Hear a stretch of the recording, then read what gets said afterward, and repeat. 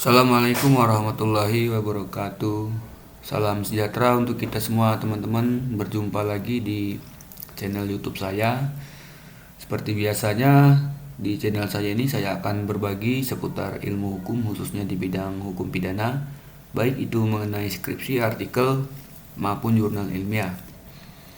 Nah, di video kali ini saya akan membahas mengenai judul skripsi dengan tema putusan pengadilan.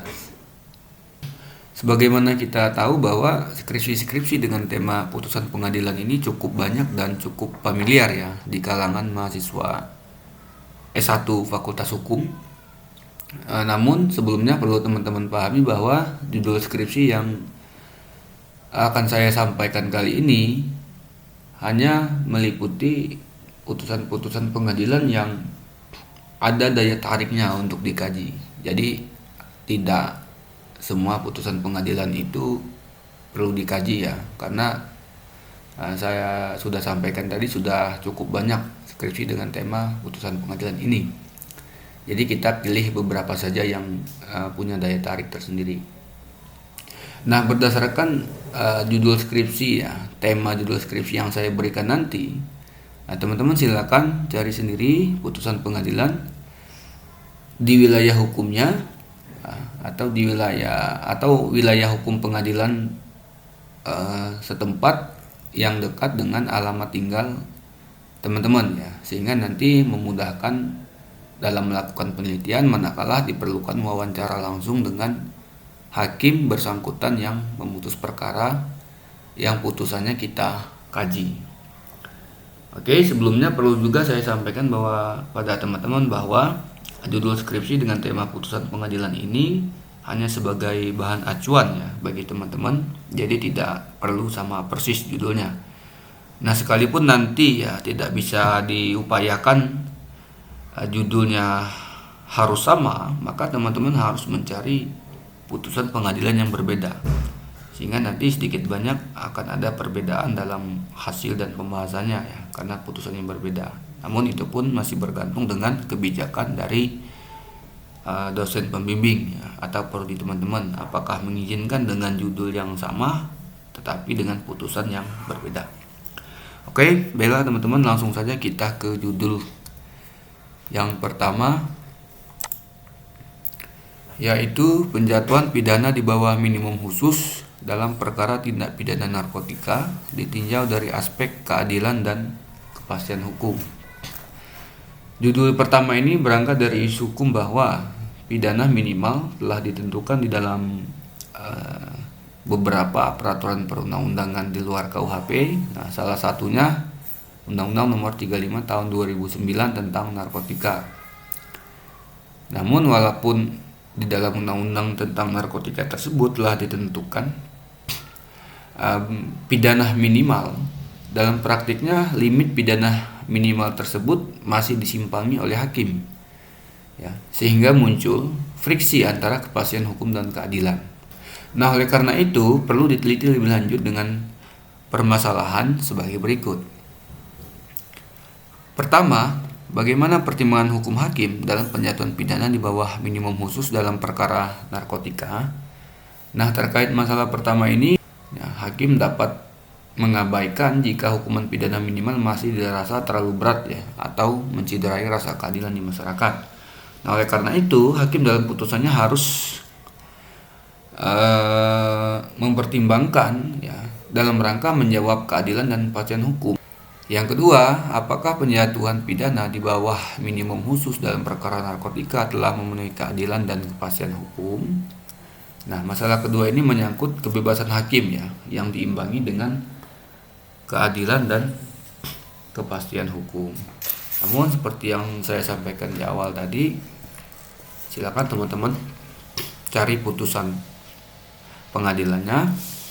Nanti dengan putusan pengadilan itu akan berbeda-beda ya pertimbangan hukum hakimnya.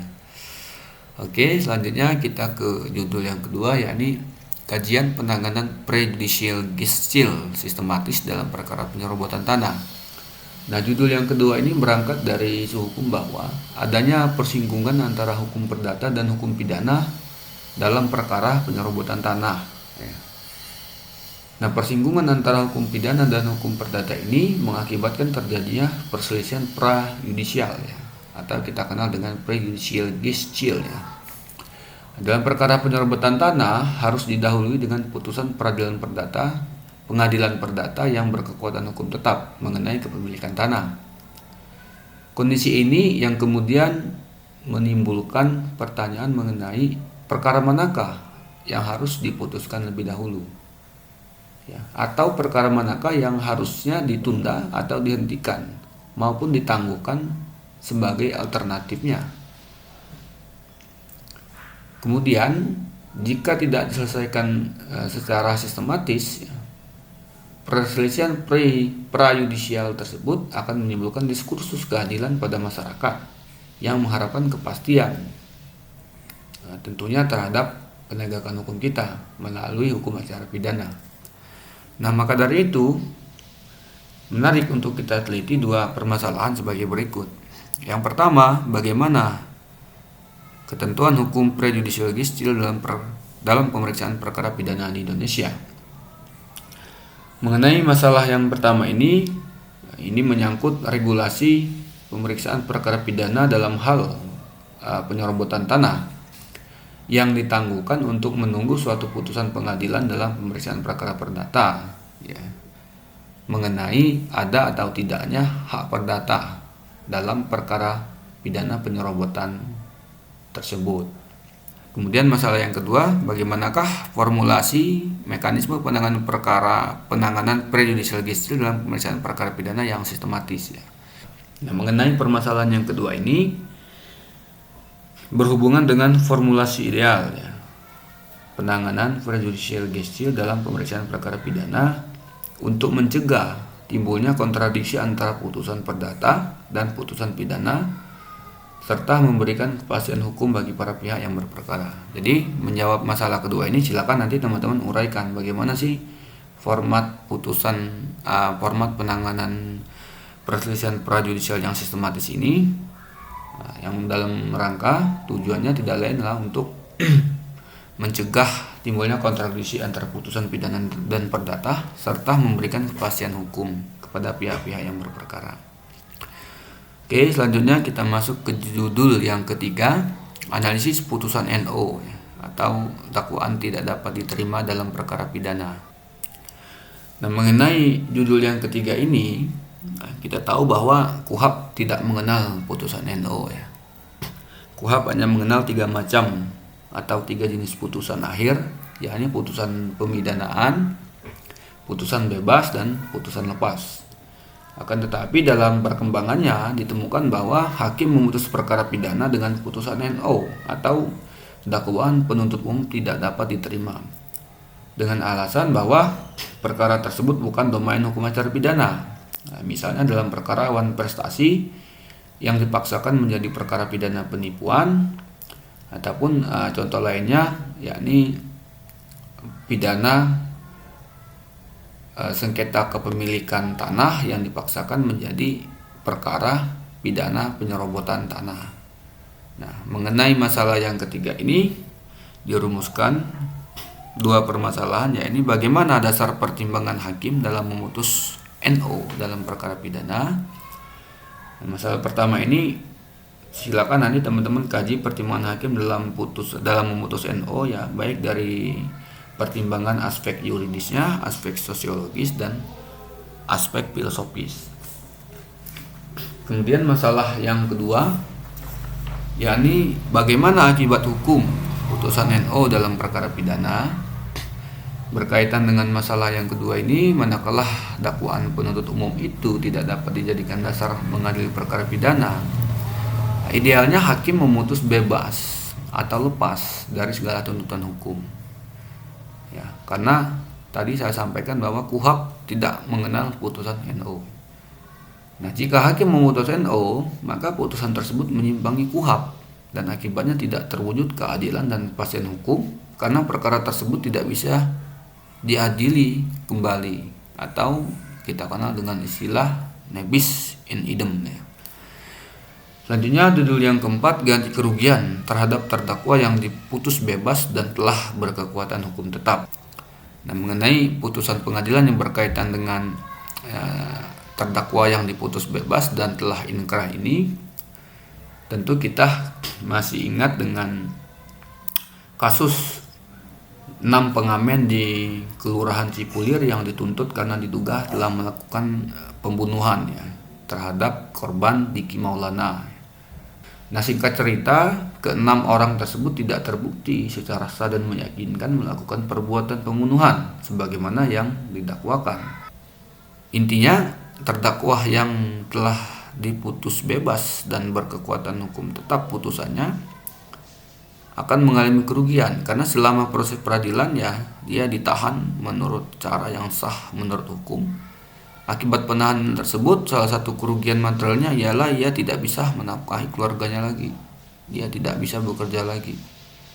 Nah, oleh karenanya ketika dia diputus bebas dengan putusan pengadilan yang inkrah, maka timbul permasalahan yang akan kita kaji, yaitu bagaimanakah perlindungan hukum terhadap anak terdakwa, terhadap hak terdakwa atas penahanan yang perkaranya diputus bebas dan telah berkekuatan hukum tetap.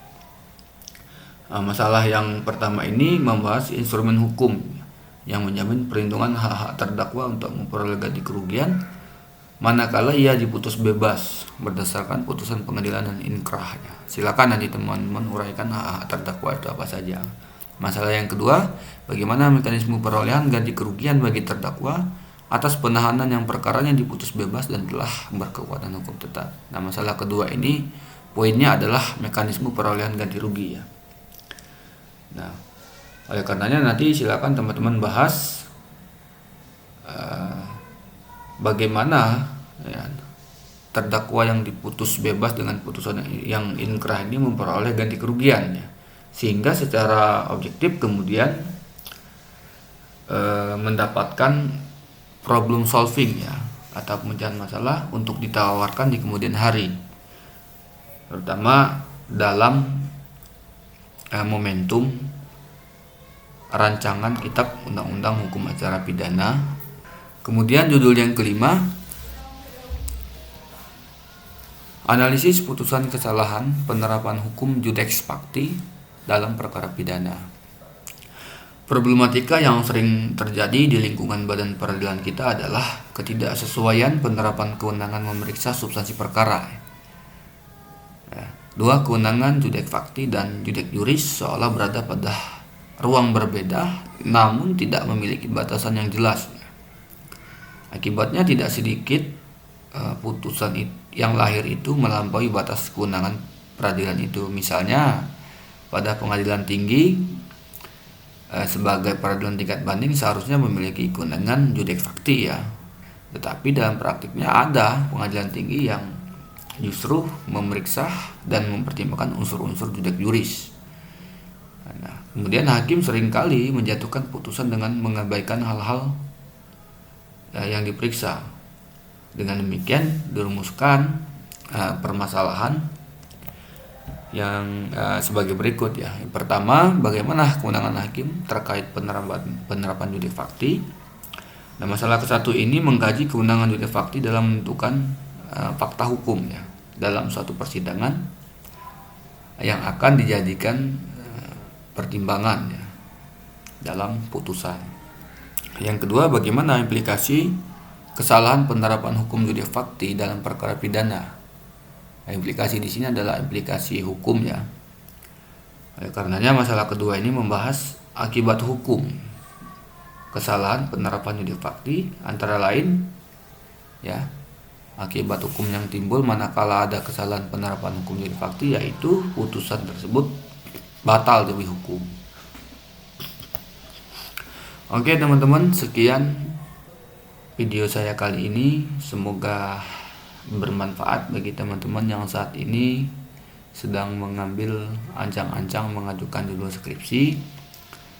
Namun perlu saya ulangi bahwa judul skripsi yang saya sampaikan di atas hanya sekedar acuan ya. Jadi tidak mesti sama persis. Teman-teman bisa berimprovisasi dengan judul-judul yang lain mengenai putusan pengadilan. Kemudian teman-teman juga bisa cari putusan pengadilan itu yang wilayah hukumnya meliputi tempat tinggal teman-teman agar nanti memudahkan dalam proses penelitian. Itu salah satu tujuannya memilih daerah penelitian yang dekat dengan tempat tinggal. Baiklah teman-teman, sekian dari saya. Mohon maaf atas segala kekurangan. Untuk membuat saya lebih semangat mengembangkan channel ini, mohon subscribe, like, komen, dan share video ini. Wassalamualaikum warahmatullahi wabarakatuh.